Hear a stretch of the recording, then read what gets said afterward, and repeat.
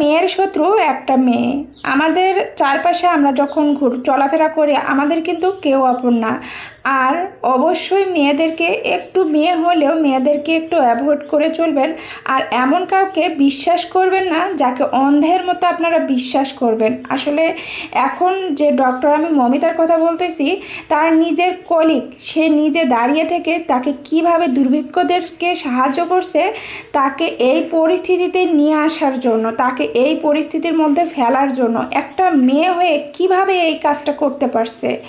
আসলে আমাদের আর বলার ভাষা কিছুই নাই। আমরা যখন দুনিয়াতে চলতে গেলে আসলে কিছু লোকের সাথে না মিশলেই হবে না, কিন্তু এমনভাবে চলাফেরা করতে হবে যে যে যেন আপনার ক্ষতিগুলো না করতে পারে। কিন্তু তাকে এখন যে তার যে অবস্থা, তার যে ক্ষতিটা হয়ে গেছে, তাকে আসলে আর চাইলে কি আর ফিরে পাবে? না। তাকে যদি অনেক টাকাও দেওয়া হয়, তাকে কি ফিরে পাবে? টাকা কি দুনিয়ার সব কিছু? সব কিছু না। এই দুর্ভিক্ষগুলো যে তা একটা মায়ের বুক খালি করে দিল, তারা আসলে একটা মার তার সন্তানকে নিয়ে কত বড় একটা স্বপ্ন থাকে, সে ডাক্তার হবে, সে দেশের মানুষের জন্য কাজ করবে, আসলে সব স্বপ্ন শেষ করে দিল। আর একটা মেয়ে সে কিভাবে পাইলো এই স্বপ্নগুলা?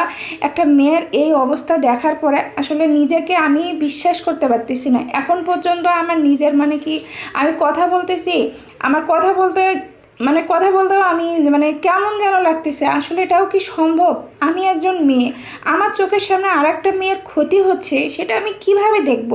এটা কি বিবেকে একবারও বাঁধে না যে আমিও তো একজন মেয়ে, সেও একজন মেয়ে, তাহলে কিভাবে এই কাজটা তারা করতে পারলো? আসলে এখন অনেক কিছুই এই রকম কিন্তু আপনারও আশেপাশে থাকবে। তো এই জন্য আমরা সব সময় চোখ কান খোলা রেখে কিন্তু চলতে হবে, কারণ কখনকার বিপদ আসে এই কথা আসলে বলে কয়ে আসে না, বিপদ কিন্তু হুট করেই আসে।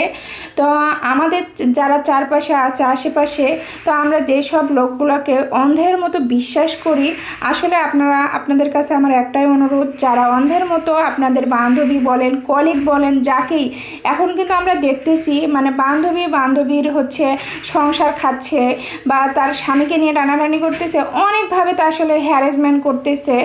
আর নিজের কলিগ, নিজের বান্ধবী তার নিজের দুর্ভিক্ষদের সাহায্য করতেছে। তো এই রকম প্রমাণ কিন্তু আমাদের অনেক আমরা পাইছি। তো আপনারা যারা চলাফেরা করবেন, আপনারা যেখানেই বন্ধু বানানোর আগে অবশ্যই আপনারা তাদেরকে এমনভাবে মিশবেন না সে আপনার ক্ষতি করতে পারে। আপনার সবসময় মন, মাইন্ড এগুলোকে আপনার বুদ্ধি খাটিয়ে কাজ করবেন। আর আমি এই ঘটনাটা দেখার পরে আমি নিজে নিজে এত ডিপ্রেশনে গেছি যে আসলে আমি নিজেকে নিজে বিশ্বাস করতে পারতেছি না যে এটাও সম্ভব, এটাও কি হয়, এটা কি পারে, এটা কিভাবে করতে পারলো। তো আসলে আমার কিছু বলার নাই, আমার এত খারাপ লাগতেছে যে আমি আমি কিছু বলতে পারতেছি না, এরকম একটা অবস্থা হয়ে গেছে। তো আপনাদের কাছে আমার একটাই অনুরোধ, যারা চলাফেরা করবেন বাহিরে, অবশ্যই চোখ কান খোলা রেখে আর কাউকে অন্ধের মতো বিশ্বাস করতে যাবেন না।